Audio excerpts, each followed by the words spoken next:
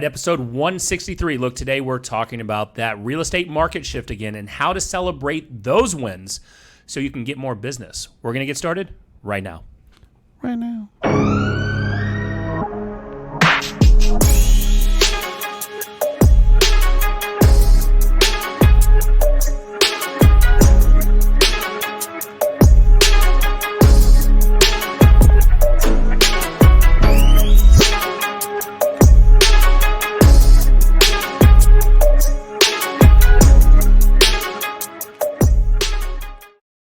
All right, episode 163. Look, we are still talking about that shifting real estate market and how to really celebrate those wins so that you can go combine that and catapult that into getting more business. I have some special guests in here today, but before we get started, we got to really thank and celebrate our sponsors. And that first one is our favorite loan officer, Mortgage Mike. MortgageMikeOfTexas.com. If you're wanting to get that Mortgage Mike stamp of approval, he's just giving that everywhere.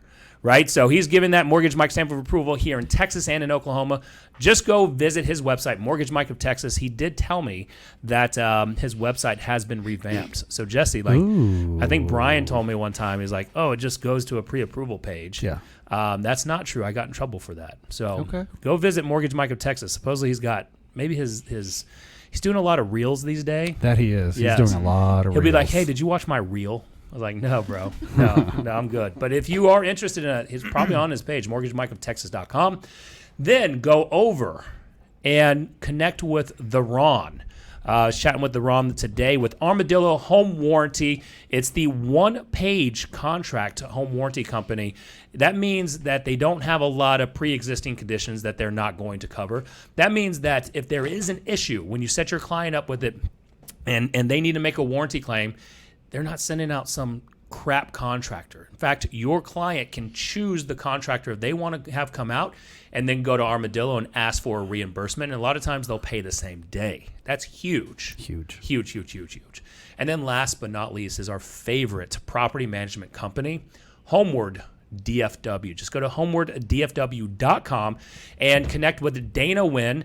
Just not this week because she's in Vermont. She is in Vermont with several other people that we may or may not know. Yeah, so the other two that would normally be here are in Vermont with Dana, just vacationing. Yeah, just slacking off. Yeah, so we have Elizabeth Austin and David Bentnick here in studio. He told me to really just pronounce that and enunciate it really, really well. And we're going to talk about this shifting real estate market because be careful with that. Yes. If you leave out an F, you know what you're getting on this. It can be a shitty real estate market for sure. But look, right now, you know, things are uncertain, right? So just going to Inman, we can look at what the headlines are. It says mortgage demand hits lowest level in 25 years as rates rise. After August surge, new home sales fall 10.9% in September. The Airbnb bust is upon us. Why Airbnb's projected to fall. So the companies like Zillow are doing layoffs. You see Compass doing layoffs. Everyone's laying off right now. And, so right now we're fighting a marketplace of just negativity. And our consumers are reading all about it. They're reading why this is not a great market to buy it. They're reading how home values. I just saw on the Today Show this morning how they talked about the average home sales price fell like 2.3%.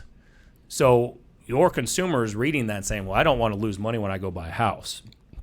And so I know Elizabeth has done, and David as well, is doing a really good job of putting out their real estate wins and what that manifests into. So kind of, Elizabeth, kind of share your journey on this, because you've been through not a true shift in the market, but you've been through those cyclical changes, and where we thought there was going to be a recession, you were able to power through that. A lot of it has been through your power of social media. Yeah, absolutely. Hi, I'm going to pretend to be Matt today. No, that's actually my chair. That's actually, you're Nick right you're in now. my chair. I'm in Brian's chair, and then David's in Matt's chair. Whatever. So you can be me today.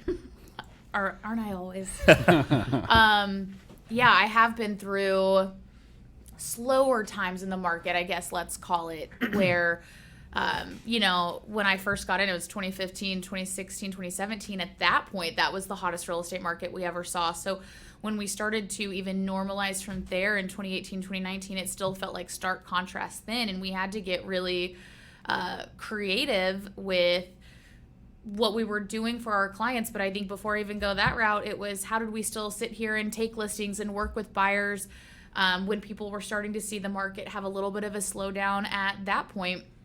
And I do use social media a lot.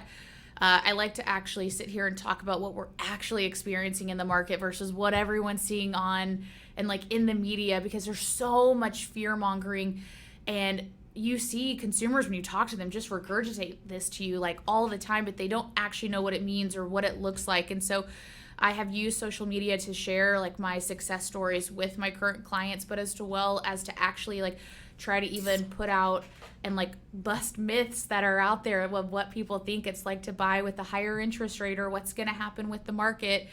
And it is a time where you have to double down on your efforts to kind of get the same results, maybe work with the same amount of clients or still grow. But there's such an opportunity in this market if people can not just get paralyzed by the fear mongering that is happening. But you have to skill up. And I know a lot of times that I mean, the way that you share in your stories, right? So your kind of preference is through Instagram stories, yeah, right? And so with doing that, a lot of agents may be scared just to share what's going on in the market, or maybe you're running an appointment and you're going to share the good, the bad, the ugly. Yeah. And how did you kind of work through that? Because I know a lot of people that will only share, they'll share only the good news, right? Never the bad. I mean, I don't know how, when you say work through it, it just was never fully a fear for me to talk about on my stories. And you're right, that is my preference. I go to it every single day for the most part when I'm running appointments during a transaction. It's backfired on me occasionally if I spoke a little too soon.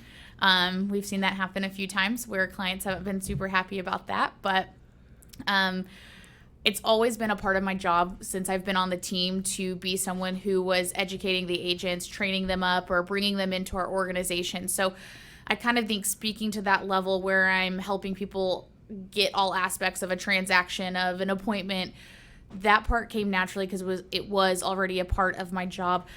It's so funny you say that because I do share the good, the bad, the ugly, and I still get feedback that I seem too perfect on social media. And I'm like, how is that possible when I'm telling you about how this is like collapsing and falling apart? But it's so easy to talk about because it's happening in real time. I'm not talking about someone else's deals. I'm talking about my conversations, my appointments, my transactions. So I'm in them. I know what's happening.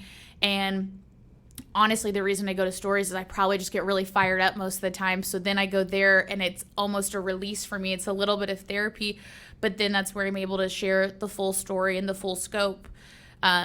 So it's just been really natural and easy, but it has been a great tool then for me to be able to reach other agents within Texas or across even the U.S. and let that hopefully be an example to help them with their business. Right. And I know David, David's having the best year that he's had, in his career. And a lot of that has to do with, again, sharing the wins, right? So, sharing your real estate wins and perception becomes reality. And when you're doing that, you're highlighting your closing successes. You're highlighting your client successes. I know Elizabeth does the same thing. But kind of walk through your journey of sharing your wins through social media and the power that it's garnered for you. Well, I feel like I've been able to create some sort of an attraction-based business by using the power of social media. I mean, I can attest to everything that Elizabeth says. I've seen her business grow. I've grown alongside with her, business-wise. And back when I was working on my business, I've been licensed nearly 6 years now. I didn't know what I didn't know, right? But we were actually in a cyclical kind of market back then when I was getting into the business. So I just knew what I was being told to do, which was to prospect every day, make the calls, follow the appointments. And those deposits that you end up making become withdrawals, right? There's several people who I talked to way back when is they finally popped off in the pipeline, right? And so, I feel like I've been bringing people a part of the journey and be able to successfully create some sort of audience, raving fans to where, I'm able to share those client successes to where now it's like people remember like, hey, I saw the video that you did with, this person. And so like they remembered it and they want to, work with me or I'm able to capture that mind share, right? Because I truly feel like if you're able to capture the mind share of somebody, you're going to be able to capture market share. And I think, I'm remembering back then is like, I remember I used to come into the office 7 days a week. I'd even come in on Sundays and I'd prospect at least 2 hours a day. Like that was the standard that when I finally grasped the idea of being in real estate, right? Because let's say, my first couple of months in the business, especially on the team, were kind of rocky, right? I think we can all agree. We can agree. All right. Elizabeth was there. Did you almost get fired? Define fired. Well, I mean, let go from the team. Yeah, fired like, hey, you need to get your stuff and leave. Yeah, definitely. Well, the story behind that is that I was so also listen here. I was also working in the restaurant industry, right? So it was a very difficult transition. And I mean, you were working in the restaurant industry. That had nothing to do with why you almost got fired. No. I'm getting there. Okay. And so the standards that were set on the team, I wasn't necessarily following them, right? And I didn't know how much discipline it needed to be on, especially in this business. I didn't know how much discipline it was required to be successful in this business. And so not following the team standards, I was not almost a good fit for the Good Home team, right? But eventually when I finally realized and sat down and said, you know what, I want this is the direction I want to go, I finally made that commitment. And so like back then I was coming into the office day in and day out. I mean, I'd say I kid you not, I was coming to the office Saturday and Sunday too, prospecting. And I feel like those actions are going to be required to come back to become successful. I mean, even, to sustain the kind of business that I'm doing now, right? I believe that the type of work that we're going to need to do, we're going to have to do twice or not maybe 3 times the amount of work. But social media has helped me to show the power of success, right? The success stories, right? Utilizing them in follow-up, utilizing my social media as far as in my follow-ups, right? The purpose of follow-up is to help somebody make a decision. If you can show the success stories from somebody else using your social media, because I mean, when somebody's about to use you for as an agent, they go and look at your social media. It's natural, right? It's a new resume. Or I can't tell you how many people have decided to use me after they saw my social media, right? So they go back and take a look at what you're doing. So what you're sharing and what you're putting out there is important. Well, and it's so nice for them to see real life, real people out there buying, selling, having success, also clearly doing it at the same time. Because if we weren't able to show that, they'd probably be like, no one's buying, no one's selling. It's clearly not a good time. I'm going to wait. Rather than just looking at what everything scary on media on the news is saying. Well, the biggest challenge that most people have right now, especially in this marketplace, is that most of the agents have been licensed less than 5 years, right? And so from that, they've not been through this kind of shifting of a market, and the agents that have been, and I'm included in this, is that we feel we are prepared, we know what to do, but we truly don't. There's many people that are much older that we've just never been in this market. Well, I think we have to acknowledge that every market kind of is different. So even if you went through, as you did, like the Great Recession, this market is still different, because one of the differences is going to be that people are sitting on this kind of equity too that maybe they weren't sitting on. So many different things that can still make it different, but we do have the skills and the, approach for our business that work for a market that requires skill and a little bit more of that discipline. And what we can do is blend together old school techniques with the modern day. You have to. Modern day, right? Which is, look, it's going to take getting back into the dials. It's the contact. So like even in our meetings, especially this week, is getting back into that messaging of we're going to control our calls, right? This does take us to call and measure our calls, our contacts, our nurtures, how many people we're meeting with, getting belly to belly.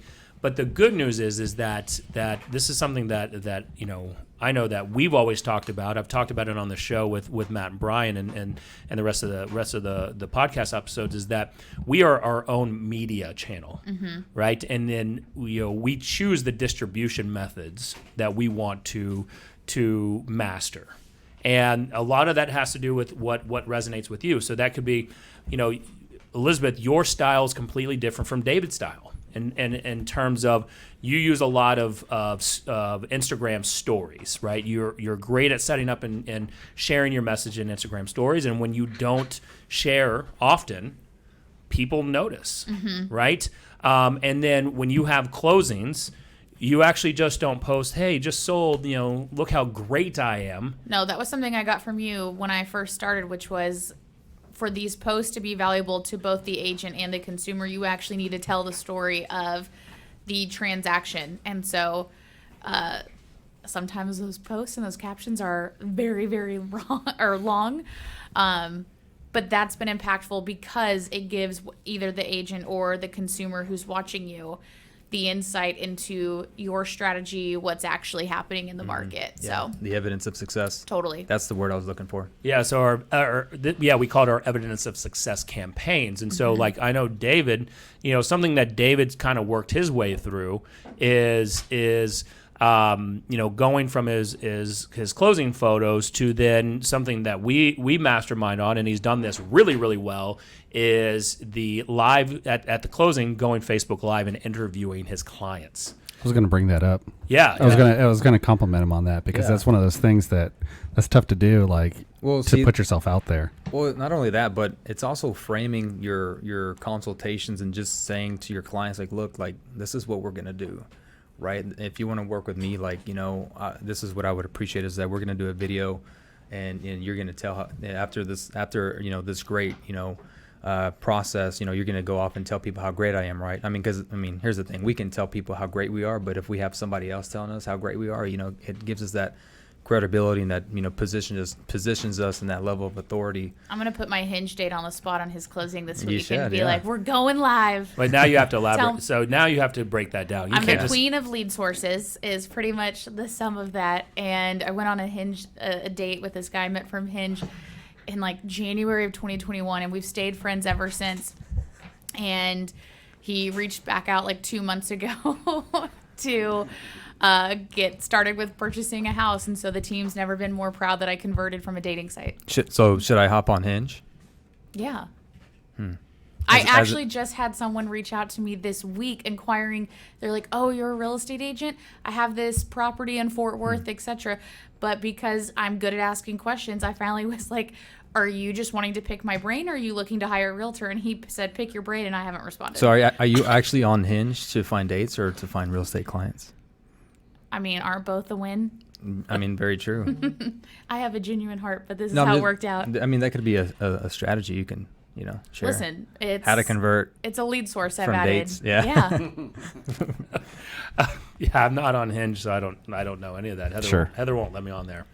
Are you on Grindr? I was gonna say it's more like it. And Theron, I'm not in the wrong seat today. I am Brian Force. So. My next up question, I'm going to ask the question, I'm going to answer it, and then I'm going to keep talking, right, Brian? Keep going. Yeah, and keep going. So, so look, from this though, it's we get in our own heads at times, right, where we do fall off, and all of us here can relate to this, and we've talked about this, is that we need to focus on our production, right? We need to focus on making our calls. We need to focus on putting out some video content, because that also keeps the social media engagement, or making something that is of an engaging post. Yeah. Because we're not having closings every day. And so how do you stay in that mindset of making sure that you're sharing relevant, content consistently? Consistently sometimes is the hardest part, so I'm actually looking to hire someone out for that, which I think is going to help with the consistency. But something that we've always been kind of big on, I think, is living by our schedule, and I think people have to do that more than ever now. I think we've got to be prepared to actually sit down and look at what you're trying to accomplish. We've got to track our numbers so that you know what you're actually getting out of the activities, what you're trying to get out of your actions. And then it's optimizing your time, whether that is I'm even using this calendar just so I know I'm going to do calls from X time to X time. I'm going to set one day a week or a month where I'm going to go batch my content and then plan it out. I think we have to have strategy in our lives like that if we want to be working smarter and harder.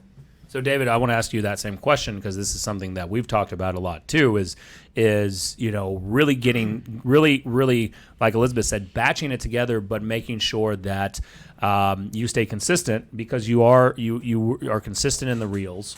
You want to stay consistent in your post. You're doing lives like you did an Instagram live share today. So, how are you staying consistent and juggling everything? Well, it's just that, right? I feel like I am juggling everything. It would be great to, have one day where I can prepare and just batch things together. But I feel like sometimes when I'm just in the middle of doing real estate things or just other things, that's when the inspiration comes. And I don't want to lose that momentum. And I don't want to forget, like, damn, I should have captured that moment. Like I forgot to get, video from EXPCon, right? And I mean, we got, content from when I was on the panel, but I didn't capture anything from the actual conference itself. So I think it's, in order to post consistently, though, you have to be doing the necessary actions to actually have the content to post, right? Which is the dials, right? Which is the appointments, which is the calls, that sort of thing. So I think it's just a matter of, getting your calendar perfected, right? Living by it, and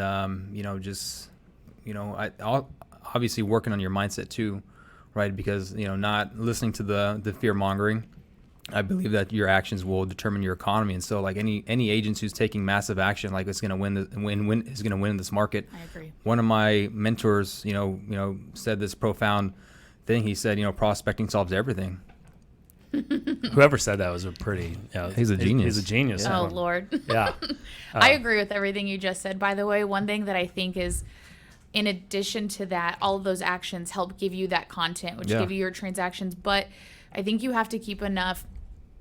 I'm a big believer in optimization and scheduling, and while saying that, I have so much room to improve on that. But I think that it's important that part of the social and the video and the content creation is obviously creativity, that you can't always schedule that. Like when you're going to be your most creative, you can't always plan for it. So when it hits, assuming you don't have appointments, I think you have to be prepared to let yourself run with that so you can actually create the content. Absolutely. And it being imperfect as well, right? Because there's times where it just comes to me, like, you know what, I want to get it out there and just get it out, Totally. And then you hear that passion, and you typically have the most details versus this is where I have voice notes now so I can hear it with the passion and everything if I can't shoot it or something in that moment.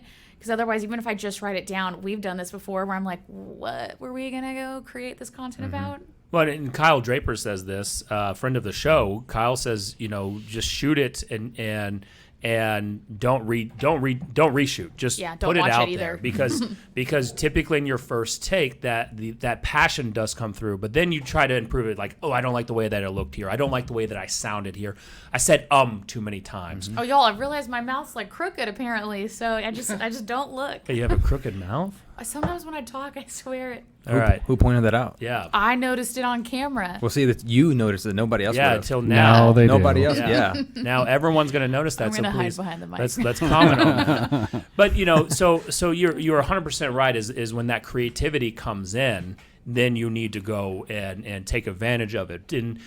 But at the same time, you do need a schedule. So like I'll give a shout out to Harvey Holmes, right? He does the Holmes report, and he has it consistently every week now. And Harvey's doing an amazing job on that. I know Elizabeth and I, we've fallen off. We were actually chatting about getting this back on, but during up until really the last part of 2020, we did a weekly Facebook Live. Oh man, this went into 2021. Yeah. 2021 is this weekly Facebook Live that really kept the consistent flow, and you stay in front of. When you stay in front of people, you stay top of mind. Well, I think something else that's interesting is like when you're out there sharing your wins or even sharing your struggles, asking for advice. We would do that, and there would be times we could have 30 people on our lives watching, and there would be times we could have 2 people, and it wasn't fully until we stopped doing it that we realized how many people are watching. And I think agents have to remember that with sharing their wins and being consistent with their social media or with their efforts, because there's a compound effect to that. And then there's a whole silent audience that's always watching that you don't even know about, that at some point come forward. Let's talk about like if you don't have any wins, right? So you're newer and you're getting started. So, you know, something that comes to mind is like a friend of ours, Crystal Tobacco, actually mortgaged Mike's, better half. And, you know, Crystal did a very great job when she was getting licensed in the beginning of detailing her every step of the way and putting it out there on video. And what happened to her business as soon as she hit? I mean, she had business waiting for her to get licensed, and she had a phenomenal first year because of everything she was doing leading up. Yeah. So when you don't, when you're here sharing your wins does not have to be, they don't have to be, oh, I just closed this client. Here's the other thing, your wins, because I did this, I totally built a lot of, from the beginning, I started on social media, and I didn't have those wins right away, but I would share my actions, and those actions were still wins of like, okay, I've been on the phones for 3 hours today. Actually, my post never looked like that, but they looked like what I was showing. So I would be like, I'm driving from the Colony to Grand Prairie to Farmers Branch and showing all this, and I never said that I was writing an offer. I never even said I was showing my client, and I typically probably was, hopefully. Maybe it was even a lease, but those actions started to make me look successful. And it was you who actually kind of broke down the mindset of how people perception is reality. And a lot of people immediately assume that when you're busy, you're successful. They equate the two. So it started as me just showcasing and sharing my activities. And then it would go into sharing the stories of, or the actual closings. And then it would go into the education after that. So it kind of evolved. And there's a place in there for everyone at different levels. Well, think of it this way, like, we can probably all attest, like when you're meeting up with friends or family that you haven't seen in a while, and if you're consistently posting online, what do your friends and family that you haven't seen in a while say? How's the market? They say either how's the market or it looks like everything's going great. It looks like you're doing You're very, killing very it. well. All the time, yeah. Right? And so that is where that really started picking up, is like, okay, yes, perception, it does become reality, and making sure that, all right, as you're posting, there's times when you can post too much business. So there has to be there's got to be a happy, I've gotten. yes, where you have to have that happy medium, right? And where if you're just posting and it's always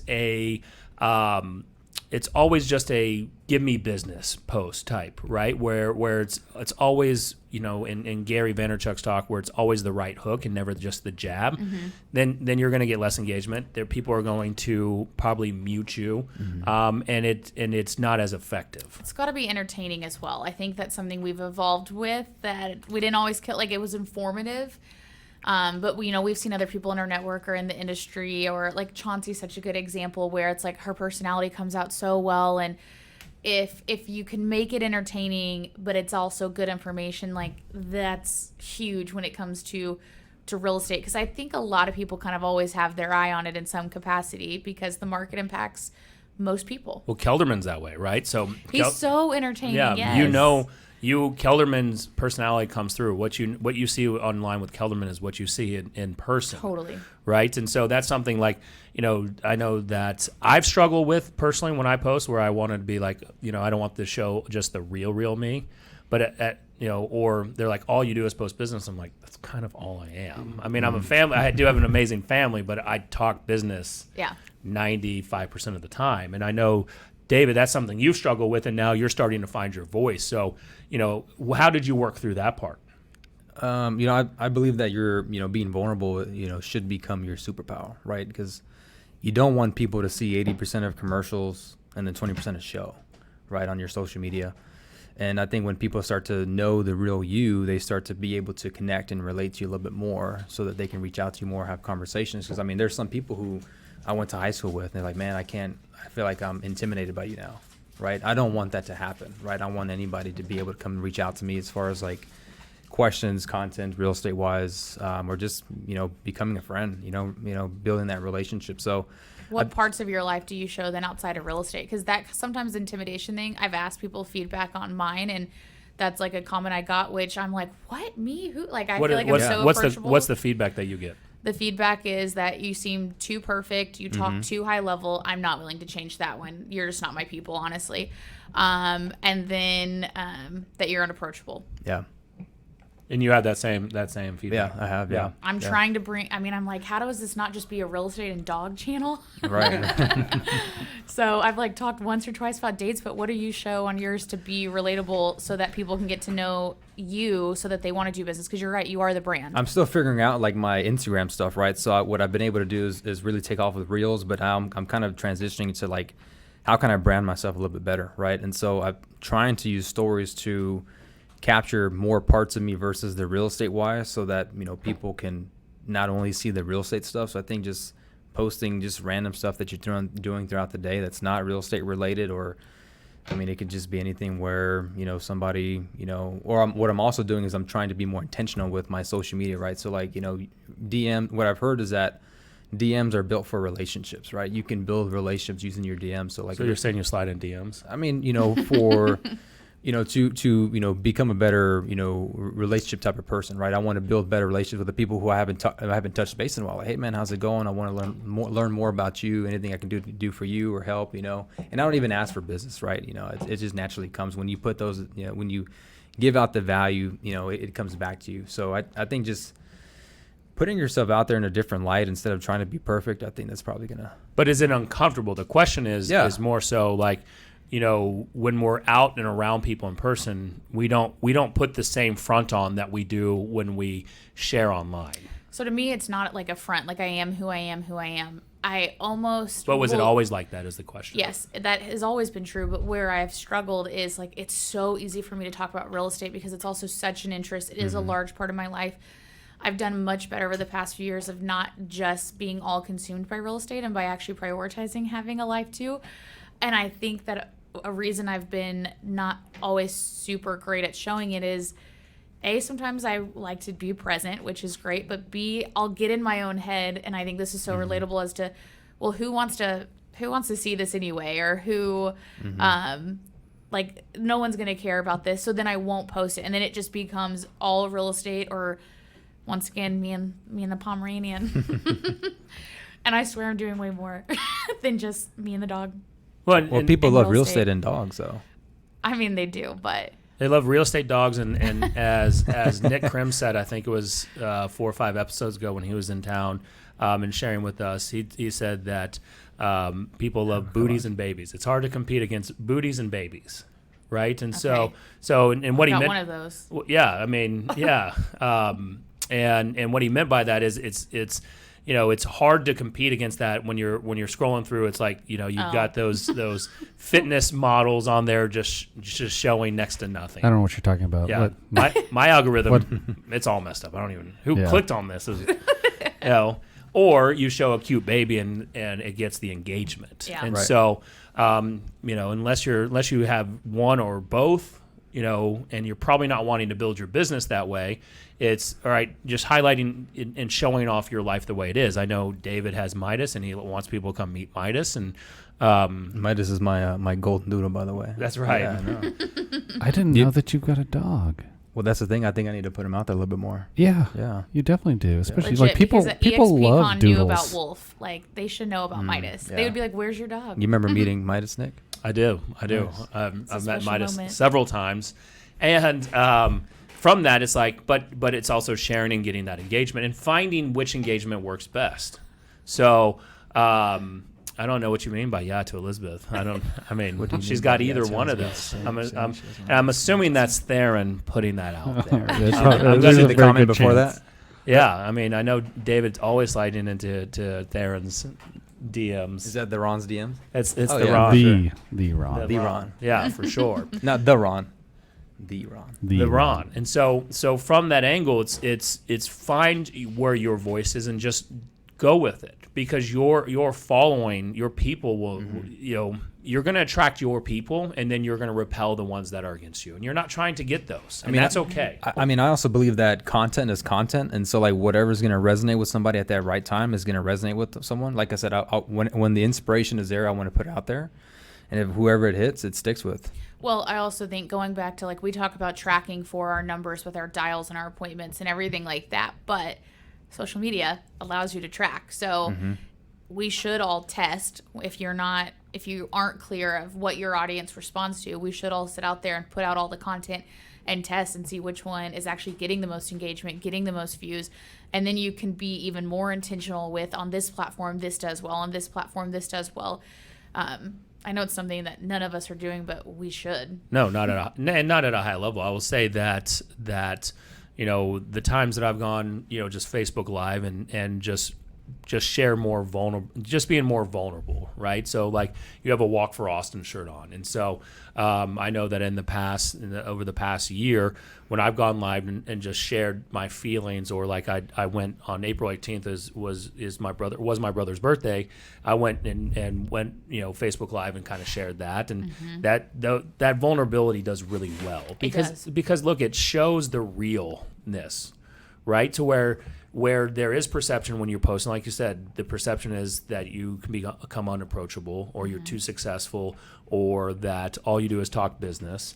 And that's not always the case, right? You share your vulnerabilities, that we all have insecurities, right? We all have struggles, and we all go through shit that's going on in our lives. None of us here live a perfect life. Was it uncomfortable for you? It was uncomfortable for sure. I mean, I cried on there. Like I've that's something that not that I don't do, but it's something that, growing up is just, at those times guys don't do that. Right. And so from that angle, it's like, just showing that side. And plus it's when we, especially talking about that, my brother taking his own life, there's always a taboo around suicide. And so when you start talking about that, it's like, there's maybe a little guilt or shame that comes about from it, even though, that was his choice and not anybody else's. Right. But as you start talking more and more about it, you start to realize that there's a lot more people that it resonates with. Totally. And there's also like when you kind of do some of those things that like hard things, whether that's being vulnerable or having tough conversations, it is. And this can be with clients, this can be on social media sharing like that. I'm not always the most vulnerable either. I also grew up in like a household where we weren't vulnerable. We didn't show emotions. It was the unspoken rule that it was weak. No one ever said like you're weak if you felt emotions, but it was like the unsaid rule. And that's not like my nuclear family. That was our whole unit. But every time I do something that's so uncomfortable or is one of those hard conversations, it's so bad. I mean, I can get so much almost anxiety building up to it. It can be so exhausting. But when I do it, I feel so powerful after and so strong. And it's like I immediately feel the win for that, even though it was hard, that I just made myself better. Yeah. And you'd be surprised with the amount of support that you get. I think that's always surprising, actually. Like, it really is there, but it's like we forget until we do it again. Yeah. So. Well, this took a different turn. No, I mean. Therapy session. Yeah. But again, it's real. So from that. We also had a team, a good cry. Yeah. In Vegas. Yeah. I was about to bring Not that. even about Austin. So I was going to bring that up is we did have a team cry. Like, this show, we don't talk about our teams or brokers or anything like that. But for a story. For the story, everyone on this show today is on the same team. We're a part of the Good Home team. And when we were at our brokerage convention in Vegas 2 weeks ago, David was highlighted on stage, right? He got to share on stage, which is a big deal at a real estate convention. And, Elizabeth and I, we both helped David grow. Like Elizabeth was his team leader when she was running the Good Home team. And we all poured into him. And so when we saw him kind of growing and sharing, it was like this proud moment. And it was ridiculous. I don't even know why we started crying. Well, I do. As soon as he got off the stage and we hugged him in the room, I started to tear up and I literally pushed him away and looked away. Yes, exactly. Shove it down. And then when we were out later, And I think we just started talking about how we almost cried, and then we all hugged again, and then we all started crying, but like none of us could look at each other while we were crying because we're like, get it together. Yes, and so from that is that honestly we should have shared that moment. We should have shared that with. We did share it on social media. Yeah, we should have done it better. Helped us share. Yeah, shout out to Beth Silverman. Yeah, Beth Silverman did that, and Beth, by the way, Beth Silverman will be on the show here in December. She's going to come in and talk about investments. She's going to talk about short-term rentals. And an opportunity. Yeah, she's a badass at all of that. From the investment side as a real estate agent, especially, where the market's starting to go, by the way, is, there's going to be an opportunity that if you start digging, dialing into more niche style businesses, there's going to be an opportunity for you to really stay, to really insulate your business, right? That way you can hedge any bets if interest rates go to double digits, which I've been reading, and I get a little, I know Brian, if Brian was here, he'd be like, hell yeah, that's definitely scary. Won't last very long, but still, when you get into that, that's really going to put a damper on some things. But an investor is going to buy as long as the cash flow's there, as long as the ROI. And so, from that. I talked to someone today about an interest-only rate or loan too, and options there. They're called DSCR loans, and so from that, Beth Silverman has done an amazing job working with this company that will go in and it will help you transform your investment property into renting it by the room, which will, from an investor standpoint, will increase the net total cash flow to 2.5 to 3 times return than you would if it was just a one-off single family rental. So she's going to be on the show in December. She's flying in for that. And what I would say with agents listening to this is go follow David and Elizabeth. Go look them up, and you'll see what they're doing. And their styles are completely different. And you can then go find your middle ground. David, a question we didn't get to ask you on stage. Who was your favorite team leader? Is this a hypothetical of the day? No, it's a legit question. Or if you could have any team leader, who would it be? No. Oh, I like that one. Well, I think there was another question that's probably more important is where's Midas? Where is Midas? You tell us where Midas is. He's at the crib. Oh, that question came up on stage. Oh, but okay. I was wondering why we were going that route. Yeah, he's deflecting the question. So, well, I mean, I guess here's the thing: is that, back then, when you say team leader, like you were an important role, early on in my career, right? You kind of helped structure the team and gave the team its structureness, and also gave it the culture that it needed, right? I feel like you did a really great job as far as bringing the culture and. Doing our night outs and stuff like that, which we should be doing a little bit more of, right? But Nick was also a great inspiration as well. Just having somebody there who's already had the results and success that I wanted to mimic and have being able to model after somebody who's successful is rather important. I mean. Even in a shifting market, Nick, I mean, I'm sure you would agree that it's probably going to be more vital for somebody to have the knowledge to navigate through this shifting market. That's probably why I'm a big advocate of joining a team or just being under the mentorship of somebody who's already done it before. I mean, you've been through the 2008 crash. You've built your business through 2008. You know what to do and how to get out of it and how to come on top of it and come out on head, right? So I think it's very important to, really see, where you're getting information from and surround yourself with those people who you want to model and obviously who have the success and, is going to get you to the top. So he didn't answer the question. Whatever. I got compliments. Words of affirmation was fair. There you go. Look, as we're wrapping up here, there's two things, Jesse. We need to find a hypothetical. Okay. Gotcha. And we do. This is part of the commercial part where we need to support our sponsors. You don't need to put their websites up there, Jesse, real quick. But it's look, go support the sponsors of this show. Like they're doing, they're feeling that shift too. MortgageMikeOfTexas.com. He has got some great opportunities, by the way. If you're a real estate agent and you want to learn how to maybe learn how to get paid off your transactions, increase your revenue per client. He's got a great program for that. You do need to reach out to MortgageMikeOfTexas.com, see if that's something that fits into what you're wanting to do.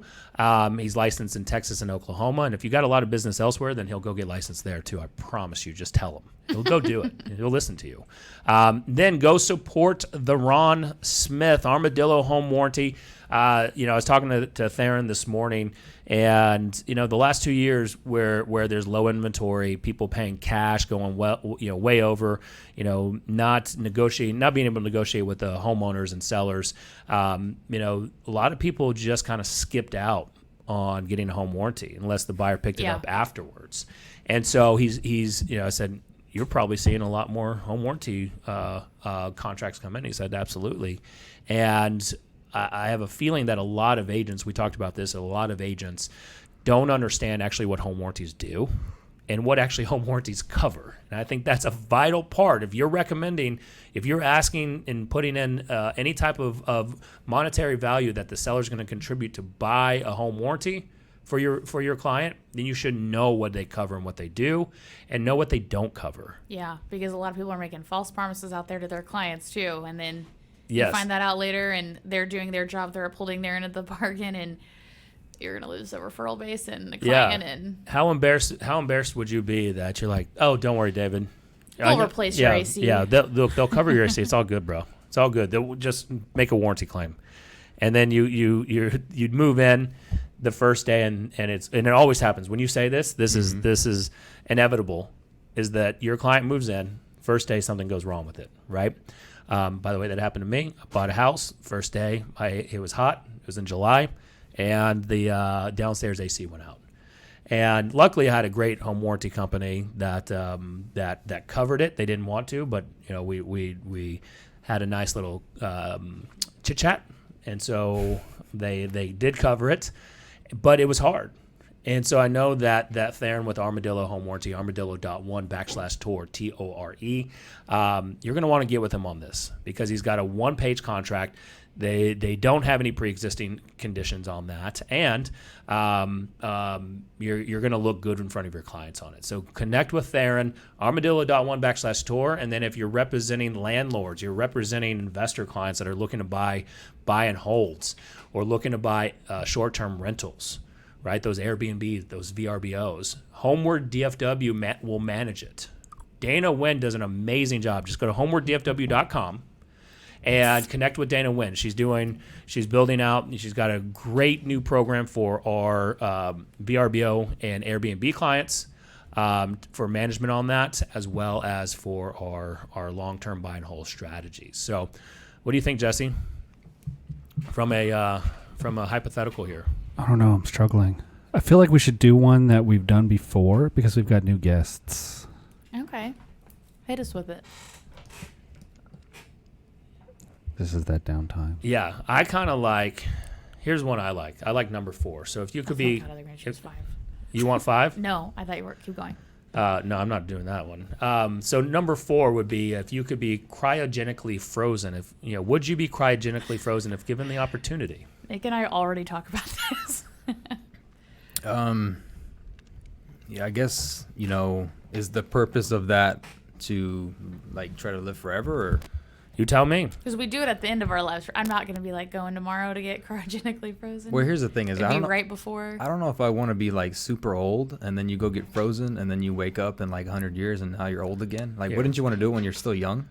In case you wake up in the future and you still get to live your life. Here's my take. By the way, Christina Smallhorn, amazing friend of the show, guest of the show. Yes, Armadillo's not only in Texas, so I said yes. It's no.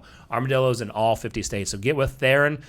Just go to armadillo.1/tour. Just fill out a contact form and tell Theron, your friend and guest of the show. He'll get with you on that.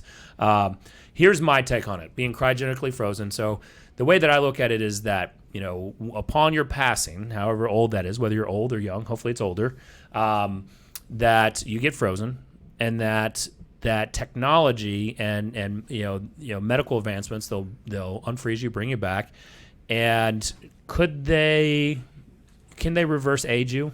Could they maybe put you in another younger body? Or maybe download your brain. Put it into like a computer. Yeah. That's kind of my thought process, is like one of those, like, and if I'm wrong, then I'm old and then I die and then it's out. I'm already dead. Like, why not? I don't want to be buried. Let them use it for a scientific purpose, see if it works or not on you. Yeah. I mean, as long as you're not like offing me sooner, like if I'm dead, whatever, I'm gone. I'm going for it. I'm going to be, I tell Heather all the time, like, I'm not being cremated or buried because I'm going to be frozen. Yeah. Because who knows, by the time that you come back, maybe they have ways to reverse your aging and everything. Yeah, and so, who knows? You can actually be a tree. Like, you can actually be like plotted as a tree. That was one of the questions that we just came across too. What was the question? It was if you were a tree, what tree would you be? Yeah, I think we did that one with Matt. We did that with Matt. Matt was on his a willow tree, because I think they're so pretty. And I think Brian and I echo the same thing: is we don't really know about trees. No. Matt loves trees. Dude, he loves trees. Trees are badass though.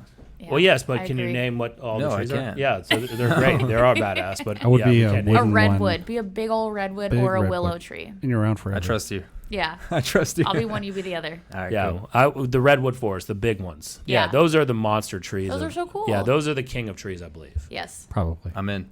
Yeah. We're So going to we can make that California. To claim. answer your so. question, I would go for being frozen. see. Yeah. Yeah.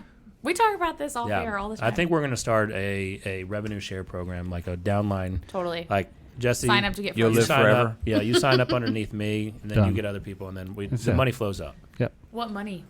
Well, you have to pay to get the frozen. money. Yeah, Gotcha. and then the other thing So is, it's flowing up to the dead people above you. yeah, it has to, because look, I mean, when you come out of it and they bring you back, where's your money coming from? It's true. But Oh. are you still assuming like your debt and stuff? I don't know. You know what I mean? I mean, probably not. You still have like, home ownership and stuff?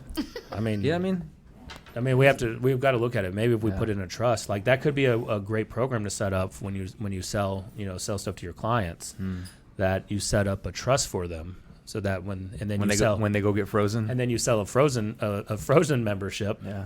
And see, All in There one you go. concierge That's it. real estate Yeah. team. It's So- new value prop. yeah, there we go. Business in itself right there. So, all right, guys, I appreciate you, Elizabeth, and you, David, for joining us. Thank you. Long time Thanks for having us. Yeah, long time in the making on it.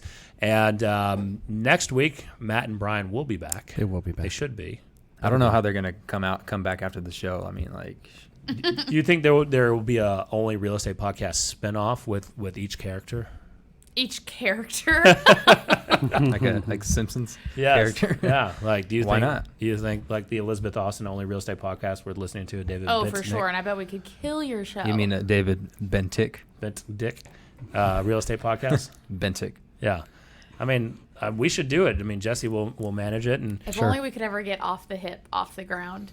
We had this Yeah. great idea because we have our best conversations just randomly. We're in the car, and unfortunately, we're like, we can't recreate them. But they're No. so good. It's such strategy, whatever. But no. So, all right, Jesse, I appreciate you. Go support our sponsors, right? MortgageMikeofTexas.com, Armadillo.1/tour for the best home warranty in all of 50 states, and Homeward DFW, the best property management company in DFW. So go join us at the only real estate podcast worth listening to and the only real estate group worth being a part of on Facebook, and then leave us 5-star reviews on any streaming channel. All right, Jesse, Got you. get us out of here.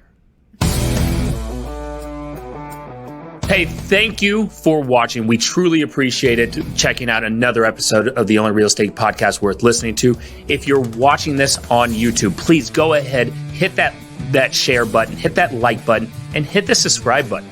Right? We're dropping more stuff on YouTube constantly. If you're on iTunes, leave us a review, please. We're really, really focused on building up those reviews so we can get more searchable content on there. And if you're on Facebook, like everyone else is, go over and search the only real estate group worth being a part of. You're going to want to go join that group. I'm telling you right now, there's so much gold in there. So go join, share us on YouTube, and leave us that iTunes review, please. Go do it right now. We'll see you on the next show.